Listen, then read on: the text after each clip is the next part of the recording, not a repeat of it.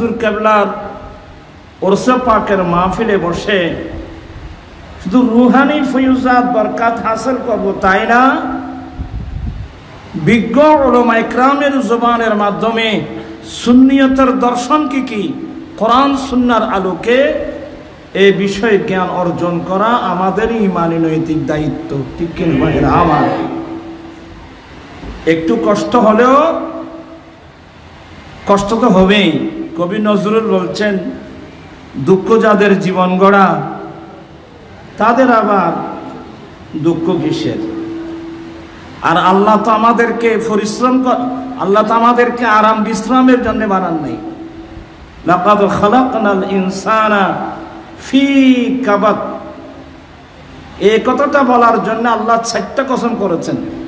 লা উকসিমু বিহাযাল বালাদ ওয়া আনতা হিল্লুম বিহাযাল বালাদ ওয়া ওয়ালিদিন ওয়া মা ওয়ালাদ লাকাদ খালাকনাল ইনসানা ফি কাবাদ। ফি কাবাদের মানে হলো আই লিল মুশাক্কাত। আল্লাহ মানব জাতিকে বানিয়েছেন পরিশ্রম করার জন্যে, কষ্ট করার জন্যে, মেহনত করার জন্যে, আরাম বিশ্রামের জন্যে না। এই পৃথিবীর জমিনে মুসলমানরা যতদিন আরাম বিশ্রাম ফেলে ঈমান ইসলামের ময়দানে ছিল, বুকভর আল্লাহ আল্লাহ রসুলের প্রেম নিয়ে ময়দানে যারা ছিল, ততদিন পৃথিবীতে মুসলমানের নেতৃত্ব ছিল। যেদিন থেকে মুসলমান আরাম প্রিয় হয়ে গেছে, সেদিন থেকে মুসলমানের উপর থেকে নেতৃত্ব, সিয়াদত, কিয়াদত সব চলে গেছে। আজকে বাংলাদেশ তথা বিশ্বের অধিকাংশ মানুষ আমরা ইহুদি নাসারার গোলামি করতেছি। তাই বড় নাজুক সময়, বড় একেবারে ফিতনা ফাসাদের সময়, নাজুক সময়। এই সময় হুজুর কেবলা উরসে পাক আমাদের জন্য অত্যন্ত গুরুত্বপূর্ণ। তাই আমি আসলে মন মানসিকতা তেমন ভালো না, দায়িত্ব আছে, আসতে হলো। এবং আপনাদের থেকে হুজুর কেবলা সুন্নিয়তের যে দায়িত্ব দিয়ে গেছেন, হুজুর কেবলা চাইলে তো একটা মার্কেট দিয়ে যেতে পারত। কথা বলছেন না কেন? অনেক ছেলেরা, অনেক মা বাবারা ছেলে মেয়েদেরকে বিরাট বিরাট মার্কেট খুলে দিচ্ছে, জায়গা সম্পদ খুলে দিচ্ছে, মার্কেট খুলে দিচ্ছে, ফ্যাক্টরি খুলে দিয়েছেন। হুজুর কেবলা চাইলে তো এ ধরনের কোন একটা ফ্যাক্টরি তো খুলে দিতে পারত। হুজুর কেবলা খুলে দিয়েছেন আমাদের জন্য সুন্নিয়তের ফ্যাক্টরি, আল্লাহ এবং আল্লাহ রসুলের প্রেমের ফ্যাক্টরি। এই বাগানকে পাহারা দেওয়া এটা আমাদের ইমানি নৈতিক দায়িত্ব। সুন্নিয়তের যে কোনো কর্মসূচি আসবে, আপনারা কি স্বাচ্ছন্দ্যে আন্তরিকতার সাথে কি পালন করতে রাজি আছেন? একটু হাত উঠায় দেখাতে পারবেন? নারায়ে তাকবীর, নারায়ে রিসালাত, নারায়ে গাউসিয়া, জামাত আহলে সুন্নাত, আহলে সুন্নাত ওয়াল জামাত বাংলাদেশ, আঞ্জুমানে মুহিব্বান রাসূল গাউসিয়া জিলানী কমিটি, আল্লামা ইমাম হাশেমি কমিটি। তো মোহাব্বত নিয়ে পড়বেন, বেশিক্ষণ দেরি হবে না। লিখলেন নসবাই আমি আলকান লিখলেন না। সাল্লি আলা রাসূলিনা সাল্লি আলা মুহাম্মাদিন সাল্লি আলা।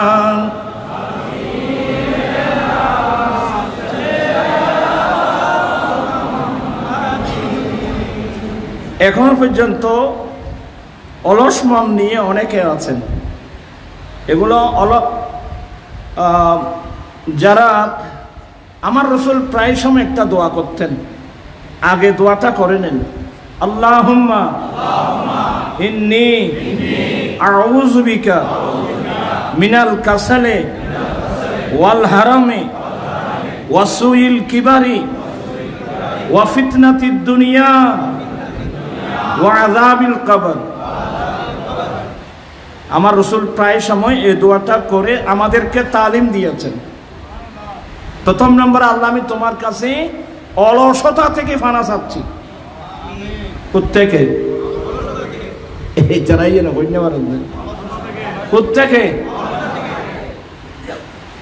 কোরআন হাদিস বাণী চিরন্তনী বুঝছো না, নামও করতে তিনি মুরো দিকে তুমি পরিশ্রমে দান আনে, পুণ্য আনে সুখ, অলস্য দরিদ্রতা আনে, ফাফে আনে দুঃখ। ইনি তো না জানো, কোরআন হাদিস না জানি, ইনি তো কন্যা পারো। সবসময় আল্লাহর কাছে অলসতা থেকে কি চাইবেন? ফানা চাইবেন। আবার অলসতা থেকে ফানা চাওয়ার আগে পেট ভরে খানা খাওয়া বন্ধ করতে হবে।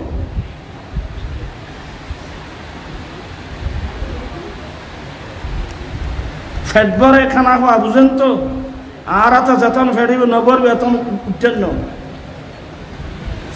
খাইলাম দাইলাম বললাম ফেট ফেড়ে হয় আর লইয়ার এখন লেন এ তিন খানা খাইলে তুই তোমার তো আলসি নয় কি? আমরা খানা খাবো অল্প, কি বললাম? অল্প খাবো, অল্প ঘুমাবো। অল্প খাওয়া, অল্প ঘুমানো। এখানে আমরা বেশি খাই, বেশি ঘুমাই। আপনার জীবনে কোনোদিন অলসতা যাবে না। আমার রাসূল বলছেন, ঈমানদার খানা খায় এক হাত দিয়ে, কাফেররা খানা খায় 7 হাত দিয়ে। তা আমরা তো অতটুকু পারবো না। আমরা 3 ভাগ করে 1 ভাগ খানা খাবো, শুধুমাত্র এতটুকু আমার খিদেটা যেন চলে যায়। খিদেটা চলে গেলে হবে। ফেটকে 3 ভাগ করে 1 ভাগ খাবো আর 2 ভাগ খালি থাকবে। আপনারা বোধহয় বিরক্ত হচ্ছেন। ব্যাপারটা কি? একটা হলো শরীরের খাদ্য, আরটা হলো রূহের খাদ্য। আপনারা কথা বুঝতেছেন? একটা হলো শরীরের খাবার, আরটা হলো রূহের খাবার। কম মনোযোগ। যেহেতু এই শরীর মাটি দিয়ে বানানো, আমি কথা বলে ফেলতেছি সবকিছু। এই শরীর মাটি দিয়ে বানানো, আগুন, পানি, মাটি, বাতাস, আনাসেরে আরবা, এটা দিয়ে আমাদের যে বডি বানিয়েছেন, এই বডির খাবার লাগবে মাটির উৎপাদন। কারণ এই বডিটা মাটি থেকে বানানো হয়েছে। এই জন্য খাবার লাগবে কোত্থেকে? মাটি থেকে যেগুলো উৎপাদিত হয়, ওই খাবার আমরা খাবো। 3 ভাগ করে 1 ভাগ খাবো, বাকি 2 ভাগ কি থাকবে? খালি থাকবে। এগুলো কি কেন খালি থাকবে? বলে এটা হলো রূহের খাদ্য। নামাজ কয় ওয়াক্ত? বুঝে নেব কথা। নামাজ কয় ওয়াক্ত? 5 ওয়াক্ত। 5 ওয়াক্ত নামাজ ফরজ। আমার রাসূলের জন্য 6 ওয়াক্ত নামাজ ফরজ ছিল। তাহাজ্জুদের নামাজ আমার রাসূলের জন্য কি ছিল? ফরজ ছিল। আমাদের জন্য ফরজ কয় ওয়াক্ত? 5 ওয়াক্ত। কিন্তু কোনো মানুষ যদি মারা যায়, ওনার মতে যদি নামাজ কাজা হয়ে যায়, নামাজ থেকে যায়, তা নামাজের কাফারা দেওয়ার সময় কয় ওয়াক্ত হিসাব করে দিতে হবে? 6 ওয়াক্ত। কেন? ওই ভিতরে একটা আছে না, কথা বুঝতেছে না মনে হয়। ভিতরের নামাজ একটা আছে না, ভিতরের নামাজ কয় রাকাত? আজকাল নামাজ কমে যাচ্ছে।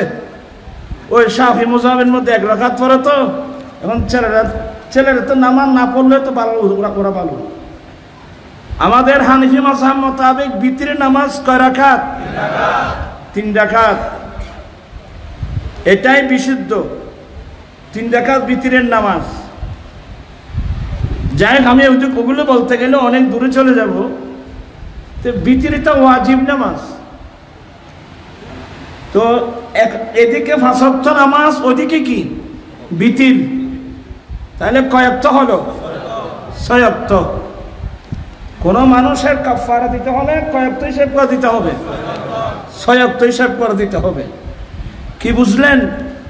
আমরা খানা খাই ডেলি কয়েকত, এই যারা নামাতে হিসাব ছাড়া অনর্গল চলত দেরি। আমরা খানা খাই সকালের ব্রেকফাস্ট যাকে বলে, গাদাত যাকে বলে, এটা সহ কয়েকত 3 ওয়াক্ত। তাহলে আমাদের শরীরের খাদ্য হলো 3 ওয়াক্ত, রুহের খাদ্য হলো 6 ওয়াক্ত। উদ্দেশ্য কি? উদ্দেশ্য হলো যার খাদ্য বেশি হবে তার শক্তি তত বাড়বে। যদি আমার শরীরের খাদ্যের চেয়ে যখন রুহের খাদ্যের পরিণাম বেশ হবে, তখন আমার এই বড়িটা যদি বা মাটির শেষ পর্যন্ত এটা মাটি থাকবে না, এটা নূরে পরিণত হয়ে যাবে। এক্সাম্পল স্বরূপ, এখানে একটা লোহা আছে, লোহা আপনি আগুন জ্বালিয়ে দিলেন, লোহার সংখ্যার চেয়ে যদি আগুনের সংখ্যা বেশি হয়, তাহলে এক সময় এটা লোহা থাকবে না, এটা একটা আগুনের কয়লায় পরিণত হবে। আর যদি আগুনের চেয়ে যদি লোহার সংখ্যা বেশি হয়, আগুনের প্রভাবের চেয়ে যদি লোহার প্রভাব বেশি হয়, কিছুক্ষণ জ্বালার পর আগুন নিভে যাবে। আমার ভাইরা, আল্লাহ কি হিকমত আমাদের মধ্যে রেখে দিয়েছেন।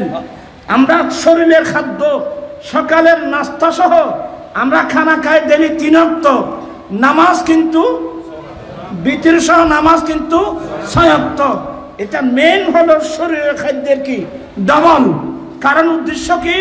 যখন আমার শরীরের খাদ্যের চেয়ে রুহের খাদ্য যখন ডবল হবে, তখন শরীরের শক্তির চেয়ে রুহানি শক্তি যখন বেড়ে যাবে, এক পর্যায়ে আপনার মাটির শরীর মাটি থাকবে না, এটা একটা নূরে পরিণত হয়ে যাবে।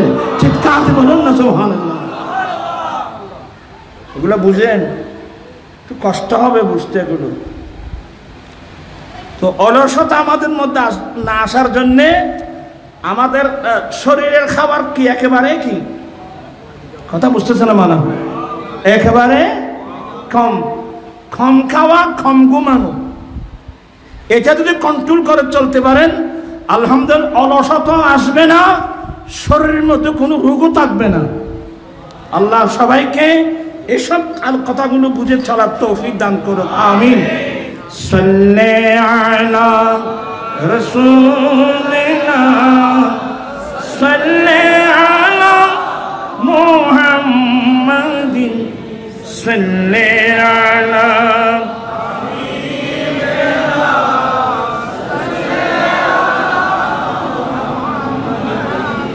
আরশ পে তাজা চিরচর, ফরশ পে তুরফা দামদাম, খানে জিদর लगाइए, काने जिधर लगाई, तेरे ही दाम से ताना है। सल्ले सल्ले अला मुहम्मदिन, सल्ले अला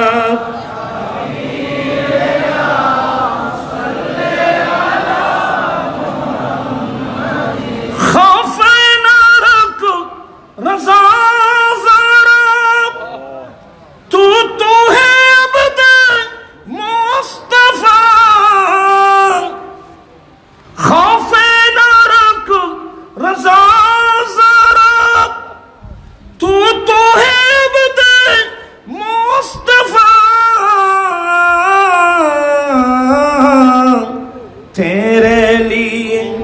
अमान है तेरे लिए, अमान है तेरे लिए, अमान है सल्ले अला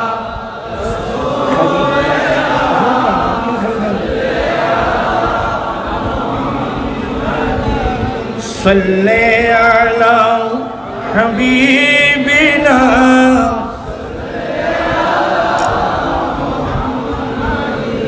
सलातुन या रसूलल्लाह अलैकुम।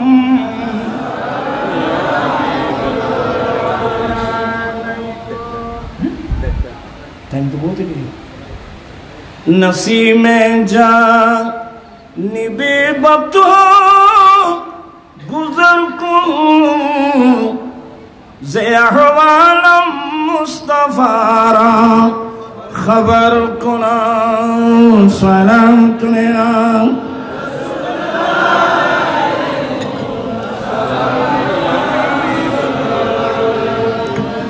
अऊज़ु बिल्लाहि मिनश शैतानिर रजीम बिस्मिल्लाहिर रहमानिर रहीम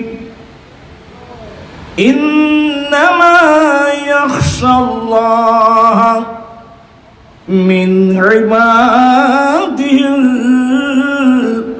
उलमा।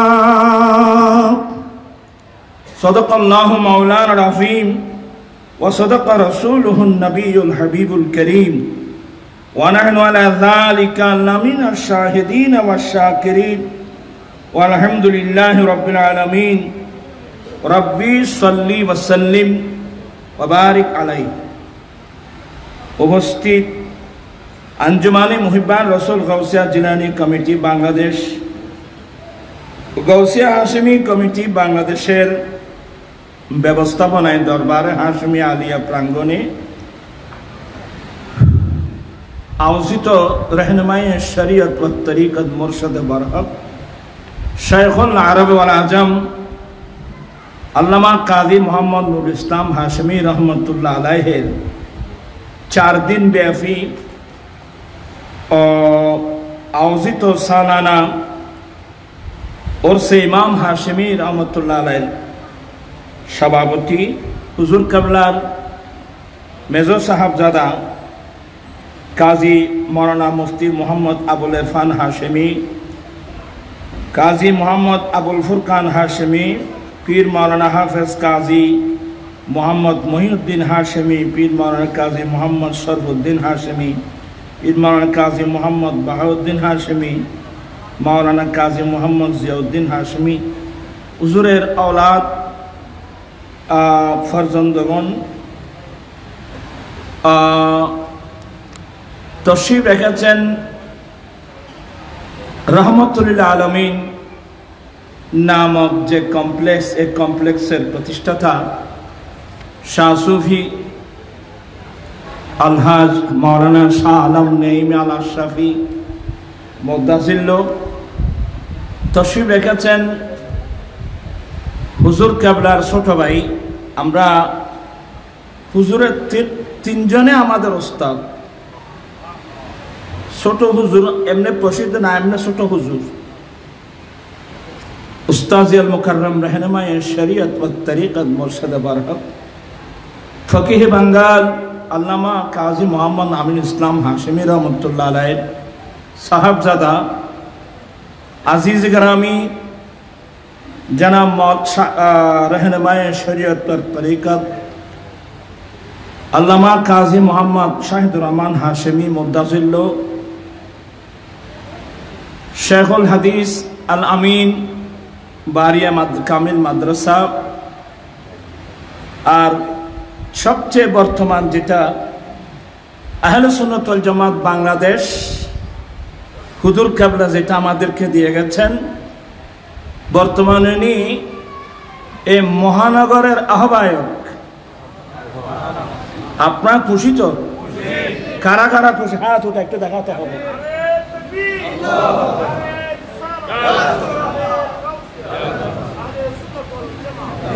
আমি ওয়াজ করব না, আমি কিছু সাংগঠনিক কিছু কথা বলবো। আমরা অতি শীঘ্রই আহলে সুন্নাত ওয়াল জামাত বাংলাদেশ চট্টগ্রাম মহানগর, আলহামদুলিল্লাহ দক্ষিণ জেলা হয়ে গেছে, এখন হবে মহানগর, এরপরে উত্তর জেলা নবায়ন। কারণ সংগঠন যতক্ষণ পর্যন্ত মজবুত হবে না ততক্ষণ পর্যন্ত আমরা সুন্নিয়তের কর্মসূচি আমরা দিতেও পারবো না, বাস্তবায়ন করতেও পারবো না। আমি কি কথাগুলো বুঝাতে পারলাম? আমি কিছু শুধু এই বিষয়ে কিছু কথা বলবো। যখন সংগঠন মজবুত হবে তখন আমরা যে কোনো কর্মসূচি দিতে পারবো। বর্তমান একটা গুরুত্বপূর্ণ কর্মসূচি এই যে ফিলিস্তিনের জমিনের উপর এই বর্বর জালেমদের যে আক্রমণ, তাদের প্রতিবাদে কিছু করতে না পারলেও আমরা একটা বিরাট কর্মসূচি দেওয়ার প্রয়োজন ছিল। আমি কথা বুঝাতে পারছি? বিরাট একটা কর্মসূচি আহলে সুন্নাত ওয়াল জামাত বাংলাদেশের পক্ষ থেকে একটা বড় কর্মসূচি, কিছু করতে না পারলে আমরা একটা প্রতিবাদের জন্য তো একটা কর্মসূচি দেওয়া উচিত ছিল। কিন্তু সংগঠনের মজবুতি না থাকার কারণে, মজবুত ছিল কিছু কুচক্রী মহল, মুনাফিক শক্তি, আল্লামা হাশিমি সহ ইমামের দল সহ দফন করার জন্য একটা মুনাফিক চক্র কি করে নাই বাংলাদেশে, যার কারণে সুন্নিয়তের যে মজবুতি ছিল এটা কি হয়ে গেছে। তো যাই হোক, তারপর আল্লাহ বলছেন লা তাকনাতু মির রাহমাতিল্লাহ, বান্দা তোমরা আল্লাহর রহমত থেকে নিরাশ হইও না। আমরা আল্লাহর রহমতের আশা নিয়ে, আল্লামা হাশিমি রহমতুল্লাহ আলাইহি সাহেব আমাদের মাথার উপর থাকে, গাজী শের বাংলা রহমতুল্লাহ আলাইহি সাহেব আমাদের মাথার উপর থাকে, আল হযরতের সাহেব আমাদের মাথার উপর থাকে, আউলিয়া কিরামদের সাহেব আমাদের মাথার উপর থাকে। আবার এই সুন্নিয়তকে মজবুত করা আল্লাহর রহমতের কোনো বিষয় না। আমি কি আপনাদের সহযোগিতা পাবো? আপনারা আল্লাহর ওয়াস্তে ওয়াকাত তুলে ওয়াদা করবেন যে আপনারা এই সুন্নিয়তকে মজবুত করতে রাজি আছেন? এটা হাত উঠায় ওয়াদা করতে হবে। আল্লাহু আকবার।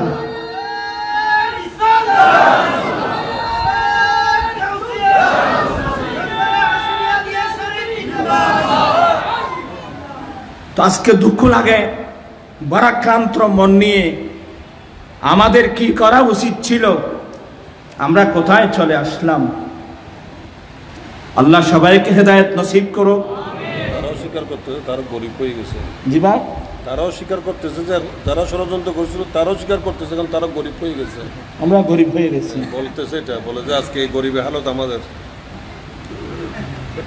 ওই আরা সেডেঙ্গে ভাষা হইলে বুঝিবে, এক বলে আড়াই বুঝেনি, আর খান হইলে হইলে হয় দেনি হদা ব্যাগিং কি আয় হইম না তোমার আল্লাহ কিছু না রাখি না। স্টেজের উপর অসংখ্য উলামা, আমি দুঃখিত, আমি কজনের নাম বলবো, হুজুরের মুহিব্বিন মুরিদান মুতাআল্লিকিন গোটা স্টেজের উপর অসংখ্য উলামা। আমি আসলে আপনাদের খেদমত আমার অনুরোধ থাকবে, হুজুর কেবলা যে দায়িত্ব আমাদেরকে দিয়ে গেছেন, আমার ভাই ফুরকান আমাদের আহলে সুন্নাত ওয়াল জামাত বাংলাদেশের কেন্দ্রীয় পরিষদের প্রেসিডিয়াম, হুজুরের মেজো সাহেবজাদাও প্রেসিডিয়াম, আমরা যে কর্মসূচি হাতে নিচ্ছি আগামীতে আমি আপনাদের সহযোগিতা পাবো তো, আল্লাহর রহমতে পাবো তো। জি, সংগঠন মজবুত হলে আমরা কর্মসূচি দিতে পারবো।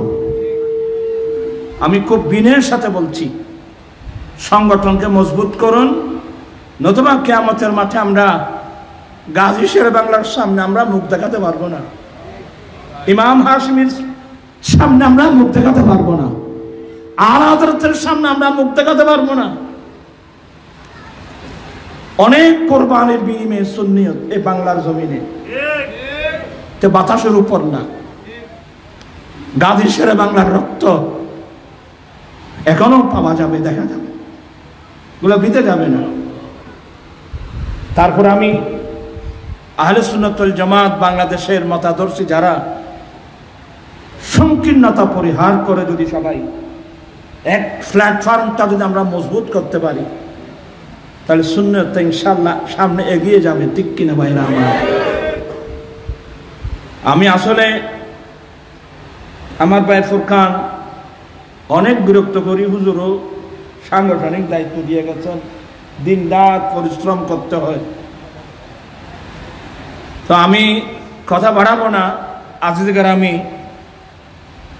আল্লামা কাজী মোহাম্মদ শাহেদ রহমান হাশেমি মুদ্দাজিল্লুল আলী, ইনশাআল্লাহ উনি যে মহানগরের যে আহ্বায়কের যে ওনাকে দায়িত্ব দেওয়া হলো, আশা করব ইনশাআল্লাহ আমার একদিকে আমার ভাই ফুরকান হাশেমি, হুজুর কাবলা সাহাব দাদাগান, আমরা সবাই মিলে যদি আমরা খাস করি হুজুরের মুরিদান সহ, ইনশাআল্লাহ সুন্নিয়তের সংগঠন মজবুত হবে তো ইনশাআল্লাহ।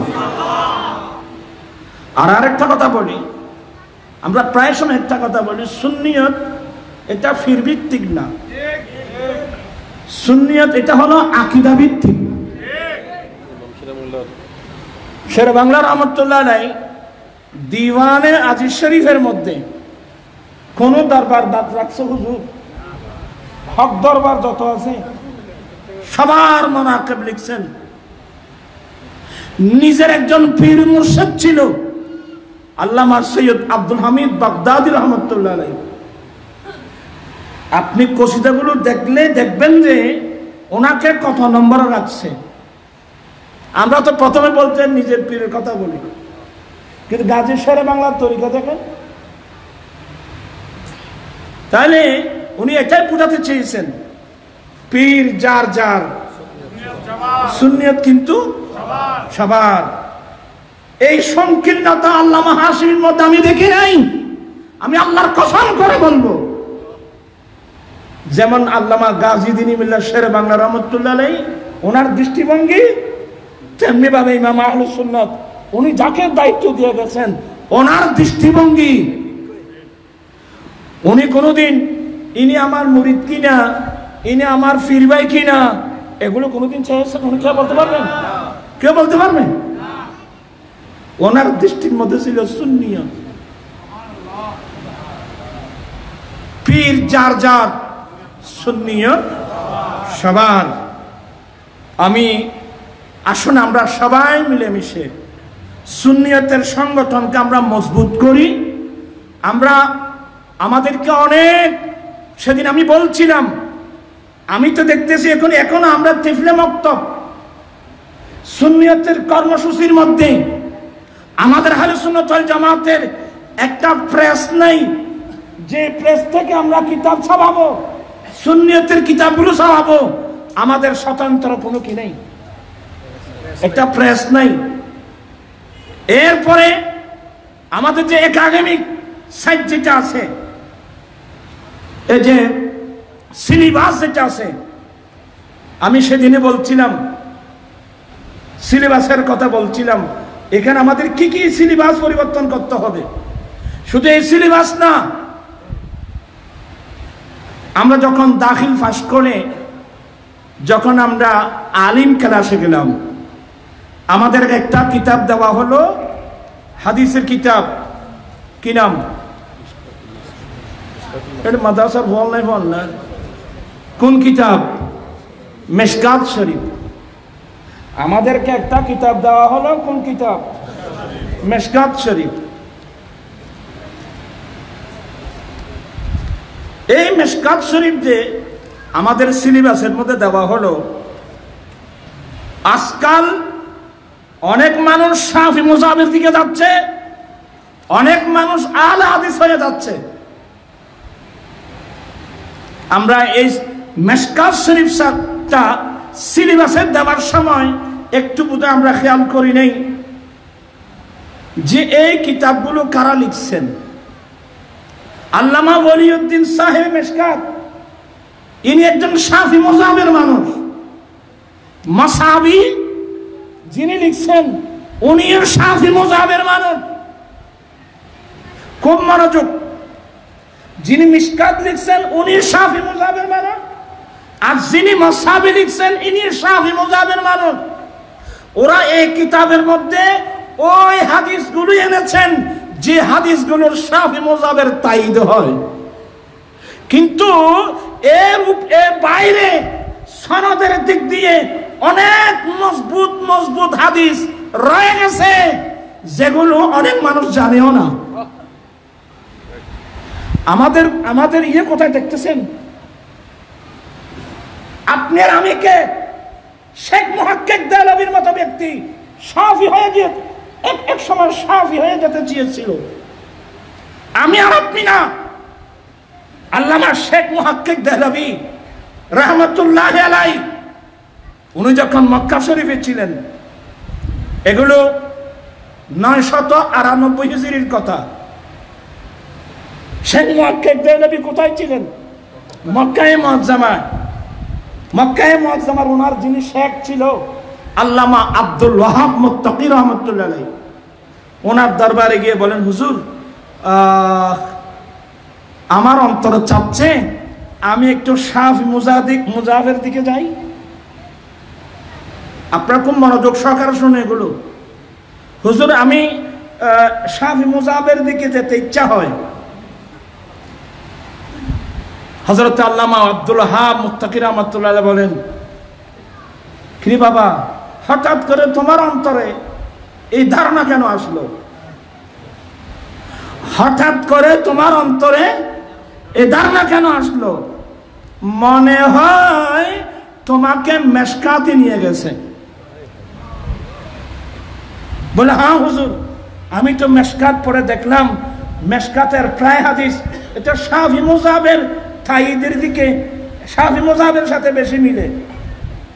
তো আল্লামা আব্দুল হক মুত্তাকি রাহমাতুল্লাহ আলাইহি বলেন, হে আব্দুল হক, হে আব্দুল হক, যিনি মিশকাত শরীফ লিখেছেন ইনি শাফি মুযহাবের মানুষ, যিনি মাসাবি লিখেছেন ইনি শাফি মুযহাবের মানুষ। এরা কিতাব লিখার সময় তালাশ করে করে ওই সমস্ত হাদিসগুলো এনেছেন যেগুলো শাফি মুযহাবের সাথে মিলে যায়। অথচ এই হাদিসের বাইরে অসংখ্য মজবুত হাদিস, সনদের দিক দিয়ে আলা পায়ার হাদিস রয়ে গেছে। সুবহানাল্লাহ। আমি কি জিনিসটা বোঝাতে পারলাম? আমাদের কোথায় কোথায় কি সমস্যা আছে? তুমি খরচা নেই কেউ তাই এমবি তাই তোমার দিতে আয় দেখবি না, আয় দেখবি তো আয় তোমার দিতে এমবি বই না যথেষ্ট না বই বই তো আয় বই। আমি কি বুঝাতে পারলাম?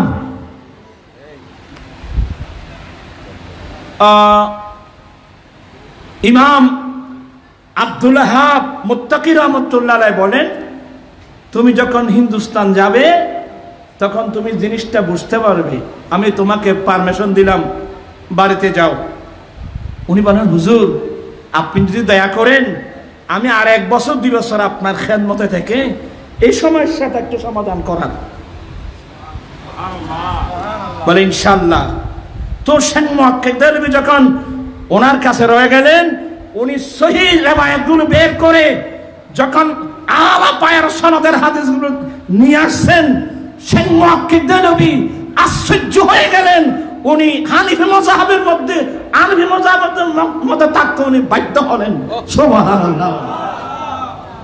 কোন মাযহাব? এই যে আজকাল অনেক ছেলে ও আলে হাদিস হয়ে যাচ্ছে, এরা এগুলো বুঝবে? আমরা অনেক আলেমরা এগুলো বুঝতে কষ্ট হচ্ছে। এই যারা আহলে হাদিস, স্কুলের ছাত্র, কলেজের ছাত্র, ইউনিভার্সিটির ছাত্র, অনেক বাংলা শিক্ষিত মানুষ হাদিসের নাম দিয়ে কোথায় চলে যাচ্ছে? কেউ শাফির দিকে যাচ্ছে, আর কেউ আহলে হাদিসের দিকে যাচ্ছে। আর আপনি আর আমি কে? সেন মুহাক্কিক দেওলভীর মতো ব্যক্তি অ্যাক্সিডেন্ট করতে চেয়েছিল, আল্লাহর বড় দয়া ছিল, আল্লামা আব্দুল্লাহ মুত্তাকি রাহমাতুল্লাহ আলাইহির মতো বিজ্ঞ মজবুত মুহাদ্দিস থাকার কারণে উনি যখন এই জিনিসগুলো দেখাই দিলেন, দেখতেছেন যে হানিফি মাযহাব হলো মজবুত মাযহাব। হানিফি মাযহাবের যেগুলো, এগুলোর সনদ মজবুত। আপনার বোধহয় বিরক্ত হচ্ছেন? আমি আগে বলছিলাম একটু কঠিন হবে। এই যে এখন ইদানিং একটা মাসলা, এগুলো কোনো নতুন মাসলা নয়, যে আমাদের নবী নাকি 40 বছরের মধ্যে কি পেয়েছে? আজানো চলতেছে না? ভালো ভালো মানুষ অ্যাক্সিডেন্ট করতেছে, আমাদের নবী নাকি 40 বছরের মধ্যে কি পেয়েছে? কিন্তু এই কথাগুলো যারা বলতেছে ওরা কারা? ওরা কি কোনো মাদ্রাসার মুহাদ্দিস? কথা বলছেন না, কিছু বুঝুন না। ওরা কোনো মাদ্রাসার মুহাদ্দিস, কোনো মাদ্রাসার মুফতি, কোন নির্ভরযোগ্য কোনো ব্যক্তি? আজকে ছেলেরা ফেসবুক একটা দেখলে পাগল হয়ে যায়। আমি একটু ধারণা দিচ্ছি। বিসমিল্লাহির রাহমানির রাহিম। কুল ইন্না সালাতি ওয়া নুসুকি ওয়া মাহইয়ায়া ওয়া মামাতি লিল্লাহি রাব্বিল আলামিন লা শারীকা লাহু ওয়া বিযালিকা উমিরতু ওয়া আনা আউয়ালুল মুসলিমিন। আপনারা তো বিরক্ত হবেন আমি জানি। আল্লাহ বলেন, হে রাসূল আপনি বলুন, নিশ্চয় আমার নামাজ, নিশ্চয় আমার কোরবানি, আমি নবীর হায়াত, আমি নবীর ইন্তিকাল, সবগুলো একমাত্র রব্বুল আলামিনের জন্য। আল্লাহ বলেন, রাসূল আপনি বলুন, নিশ্চয় আমার নামাজ, নিশ্চয় আমার কোরবানি, নিশ্চয় আমার জীবন, আমি নবীর ইন্তিকাল, সবগুলো একমাত্র রব্বুল আলামিনের জন্য। আপনারা সব বুঝতেছেন নাকি? লা শারীকা লাহু, যার কোনো অংশীদার নেই, ওয়া বিযালিকা উমিরতু, এই বিষয়ে আমাকে নির্দেশ দেওয়া হয়েছে, ওয়া আনা আউয়ালুল মুসলিমিন, আমি সর্বপ্রথম আত্মসমর্পণকারী।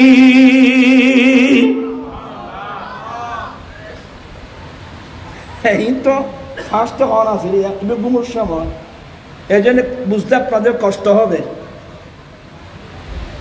কোরআন শরীফ এই আয়াতটা বুঝে আসলো, ওয়া আনা আউয়ালুল মুসলিমিন, আমি সর্বপ্রথম মুসলিম। কথা বলতেছে কেন? আমাদের নবী, এটা কোরআন শরীফের আয়াত কি না? ওয়া আনা আউয়ালুল মুসলিমিন, আমি সর্বপ্রথম মুসলমান, আমি সর্বপ্রথম আত্মসমর্পণকারী। তো নবী তো আসছেন পরে, আমার নবী আসার আগে আদম আলাইহিস সালাম থেকে ঈসা আলাইহিস সালাম পর্যন্ত যত নবী এসেছেন, রাসূল এসেছেন, নবী রাসূল এসেছেন, কেউ তো আউয়ালুল মুসলিমিন বলেন নাই। আউয়ালুল মুসলিম বলছেন আমার দয়াল নবী। এটা হলো কিভাবে? নবী আউয়ালুল মুসলিমিন হলো কিভাবে? এগুলো বুঝতে আল্লামা হাশিমির মতো উস্তাদ লাগবে, গাজী শের বাংলা রহমাতুল্লাহর মতো উস্তাদ লাগবে, ছাত্র লাগবে তেমন।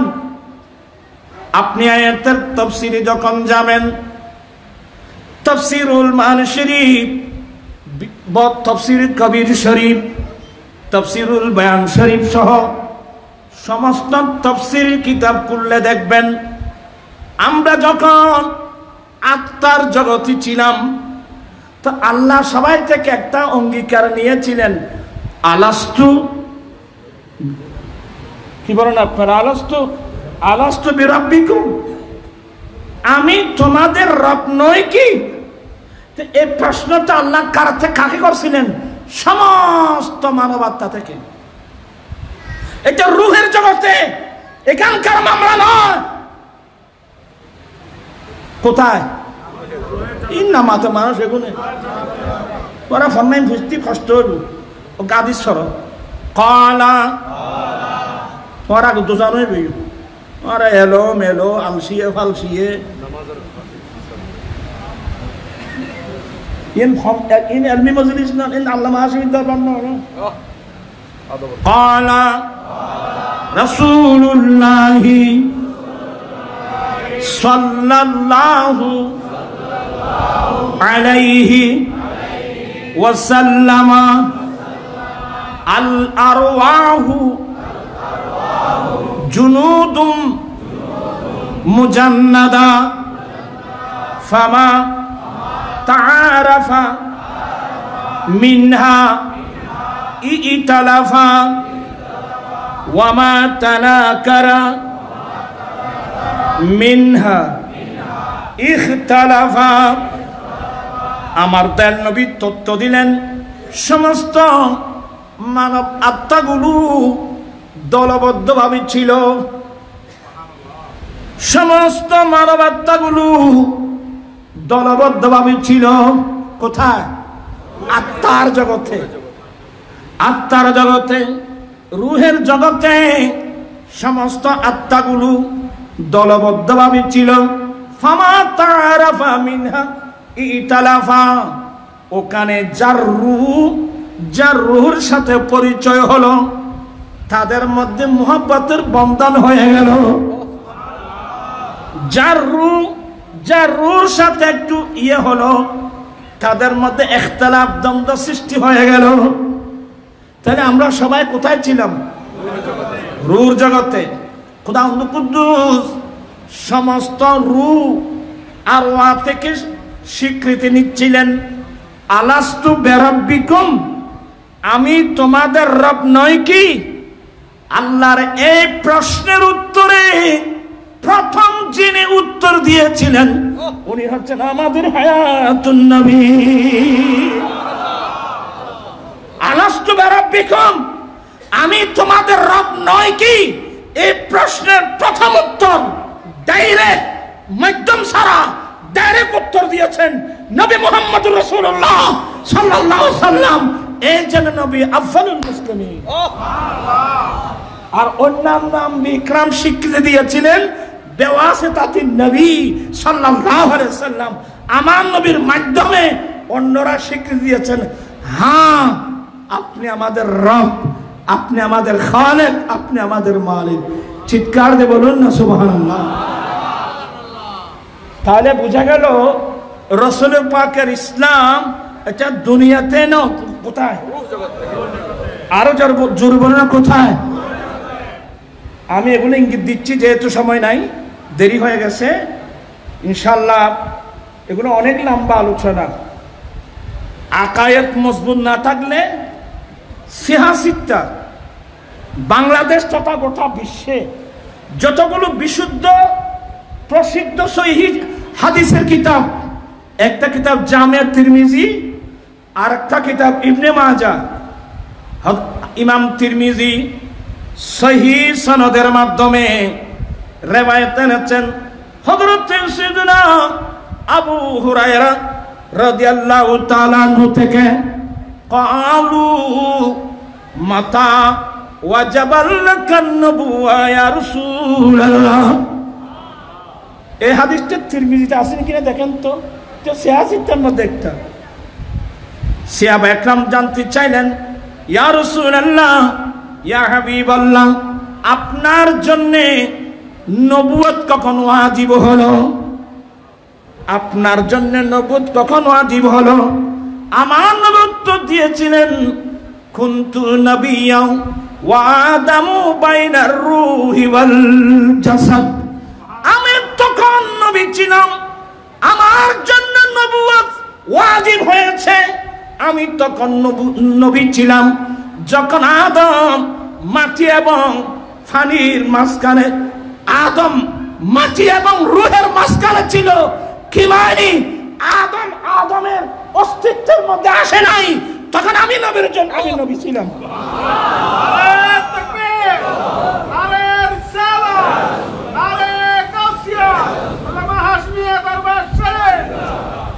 আমি তখন নবী। ক্বালু, আমার সাহাবায়ে কেরাম নবীর কাছে জানতে চেয়েছেন, নবী গো, আপনার জন্য নবুয়ত কখন ওয়াজিব হয়েছে? আমার রাসূল উত্তর দিয়েছিলেন কুনতু নবিয়্যা ওয়া আদামু বাইনার রূহি ওয়াল জাসাদ।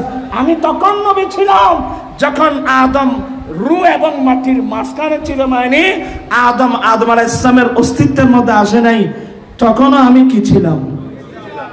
এটা হচ্ছে আবু হুরায়রার riwayat।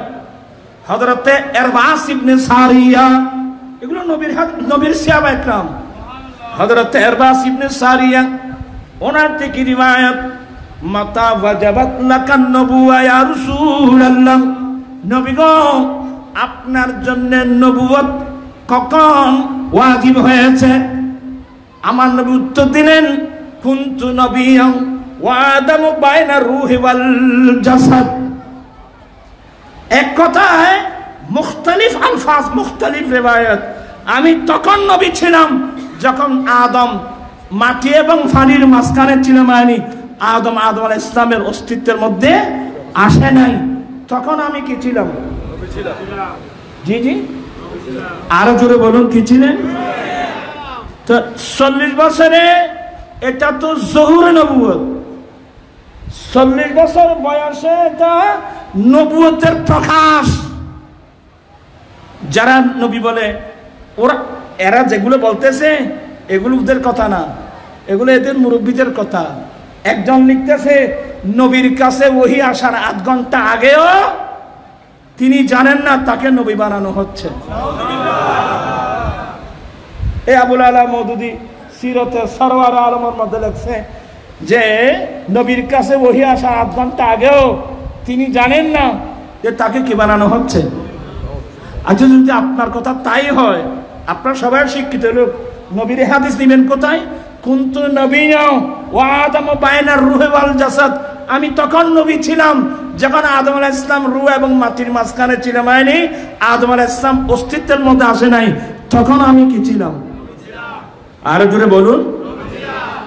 আমি এর তাহকিকের মধ্যে এখানে উলামায়ে কেরামরা আছে, মুহাম্মাদুর রাসূলুল্লাহ। বাস, আমার ওয়াজ শেষ। কোরআন শরীফে 4 জায়গায় এই মুহাম্মাদুর রাসূলুল্লাহ পাবেন।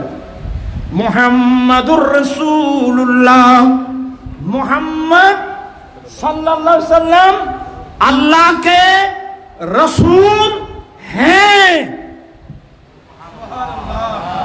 मुहम्मद सल्लल्लाहु अलैहि वसल्लम अल्लाह के रसूल। সবাই বলুন, মুহাম্মদ সাল্লাল্লাহু আলাইহি ওয়াসাল্লাম আল্লাহ के रसूल हैं।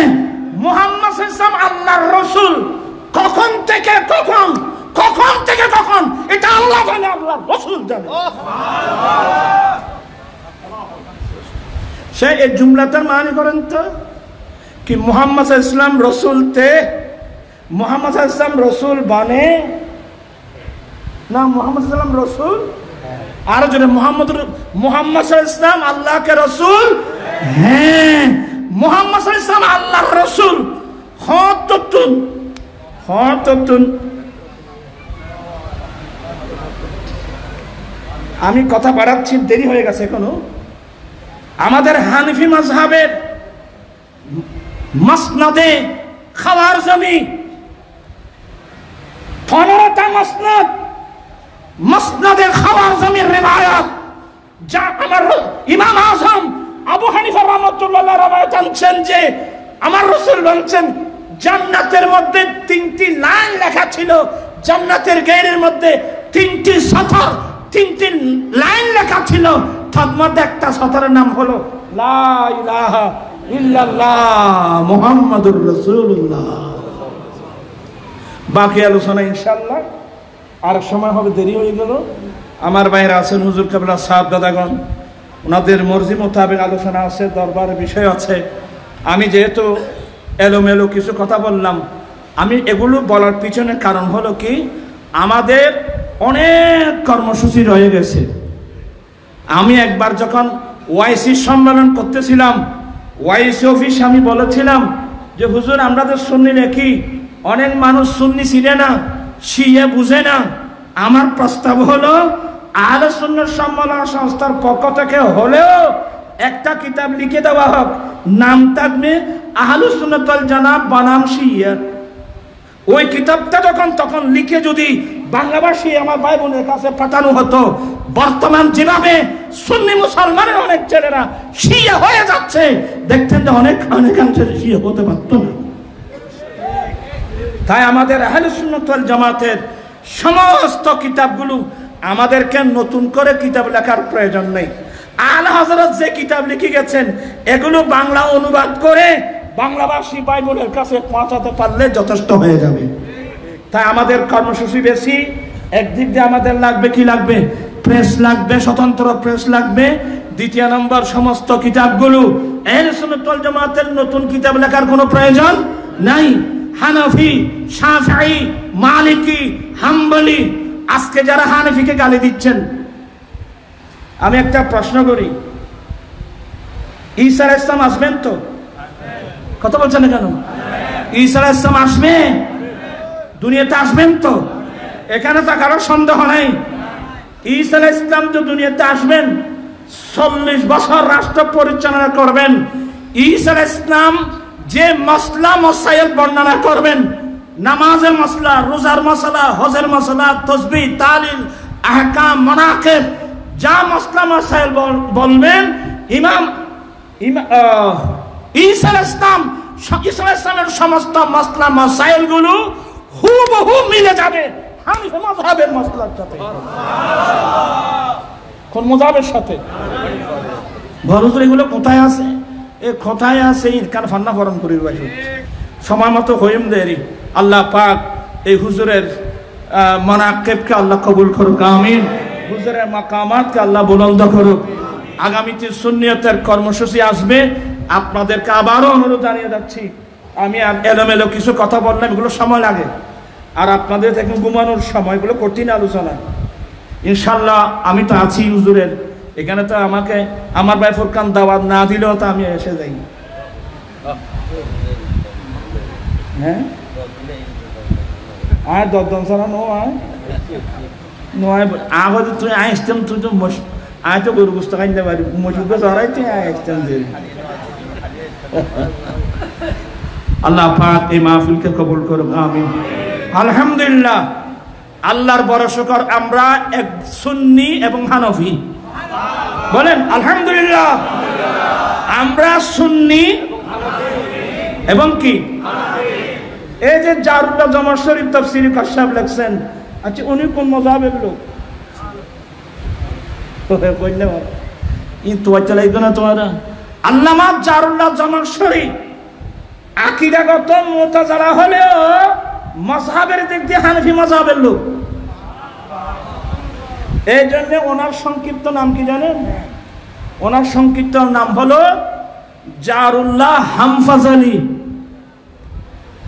জারুল্লাহ হামফাজালি মানে হানাফি, আর ওইদিকে কি মুতাযালা, দুটোটা মিলে হামফাজালি। শেখ মুহাক্কিক দেহলভির সংক্ষিপ্ত নাম কি বলতে পারবেন? ওনার নাম হলো হামফাজালি। কি হানাফি, হামফাজালি মানে হানাফি, ওদিক দিয়ে হাম্বলি।